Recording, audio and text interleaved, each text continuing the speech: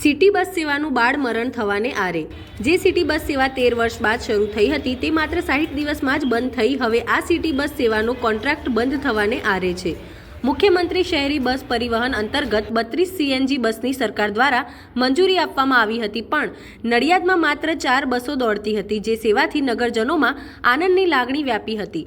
વિદ્યાર્થીઓ અને નોકરિયાતોને અવરજવરમાં રાહત અનુભવાઈ હતી। જો કે ગણતરીના દિવસો સુધી સિટી બસ સેવાનો લાભ મળ્યા બાદ હવે બંધ થતાં શહેરીજનોમાં રોષ જોવા મળ્યો।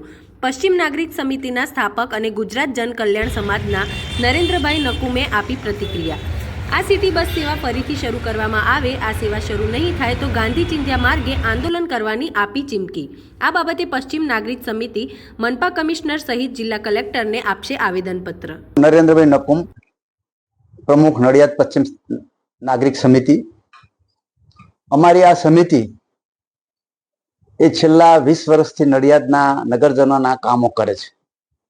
ગત તારીખ 1 મે 2005ના રોજ અમે આ સમિતિની સ્થાપના કરેલી, એટલે આ 1 મે આવશે ત્યારે પૂરા 20 વર્ષ થશે।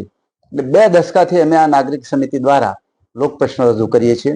નડિયાદ શહેરના વિવિધ પ્રશ્નો જેવા કે રોડ, રસ્તા, લાઇટ, પાણી, ગટર અને લોકોને પડતી જે કંઈ હાડમારી હોય એનું અમે તંત્રમાં રજૂઆત કરી છે। હવે આપણે મુખ્ય મુદ્દા પર વાત પર આવીએ તો અમે આ 20 વર્ષમાં અનેક આવેદનપત્રો જે આપ્યા છે એમાં અમારો પહેલો મુદ્દો મહાનગરપાલિકા બનાવવો હોય અને આ બીજો મુદ્દો સિટી બસ શરૂ કરવાનો।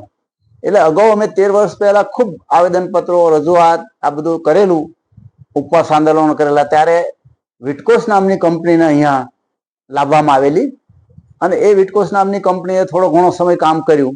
મોટા ભાગે તો બહારના ગામડાઓમાં વધારે જતી અને એમ કરતા કરતા વિટકોસ કંપનીને પોસાતું નથી એમ કરીને વિટકોસ કંપની જતી રહી અને એ પછી મેં તપાસ કરી તો ફક્ત 25,000 રૂપિયા ડિપોઝિટ લીધેલી। જો 1 કરોડ રૂપિયા કે 50 લાખ ડિપોઝિટ લીધી હોય તો વિટકોસ કંપની ભાગતા વિચાર કરત। એટલે આ વિટકોસ કંપનીને મોટું કામ ભાવનગરમાં મળ્યું એટલે જતી રહી। ત્યારથી શહેરમાં સિટી બસની સુવિધા બંધ છે।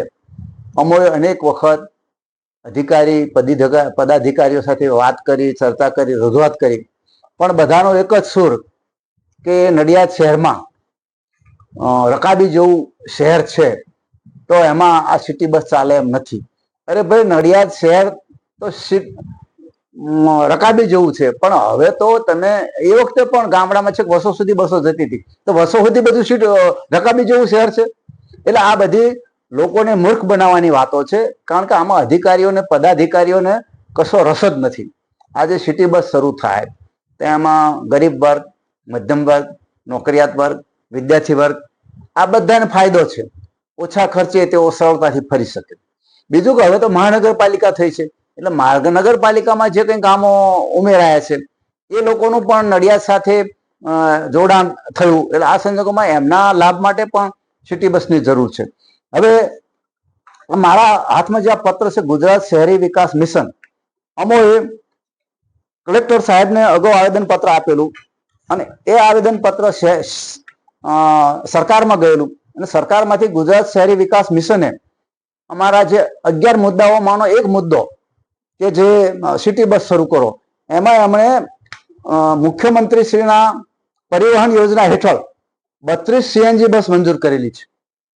4 માર્ચ 2023ના રોજ આ શહેરી વિકાસે મને પત્ર લખેલો અને એની કોપી કલેક્ટર સાહેબને આપેલી છે। એટલે આ સંજોગોમાં સરકાર તો અહીંયા 32 બસો આપી છે તો એ 32 બસોમાંથી 4 બસો શરૂ કરી અને 4 બસોમાં પણ કોઈ ઠેકાણા નહીં, કોઈ રૂટ નહીં, કોઈ ક્યાં જાય છે ને ક્યારે જશે કોઈને ખબર ના પડે। એટલે આ સંજોગોમાં એમને પ્રવાસીઓ પણ ઓછા મળતા હશે। પણ આ ગેરવહીવટની મુખ્ય મુદ્દો એ છે કે કોઈ આમાં વહીવટમાં ધ્યાન આપ્યું નથી અને ધ્યાન એટલા માટે આપ્યું નથી કે એમાં એમને કોઈ અંગત રીતે આમાં કોઈ રસ જ નથી। હવે અમે જે આ 32 બસો મંજૂર થઈ છે તો એ 32 બસોમાં પાસે આ પત્ર પ્રમાણે સરકારશ્રી પહેલો હપ્તો 25%, બીજો 25%, ત્રીજો 25% ને ચોથો 25%, એટલે સરકારશ્રીમાંથી તો પૈસા આવવાના જ છે। તો અમે હવે નવા આવેલા કમિશનર સાહેબને વિનંતી કરીએ છીએ કે આપ સાહેબ આ બાબતમાં ધ્યાન આપો। સિટી બસો શરૂ થવી જ જોઈએ।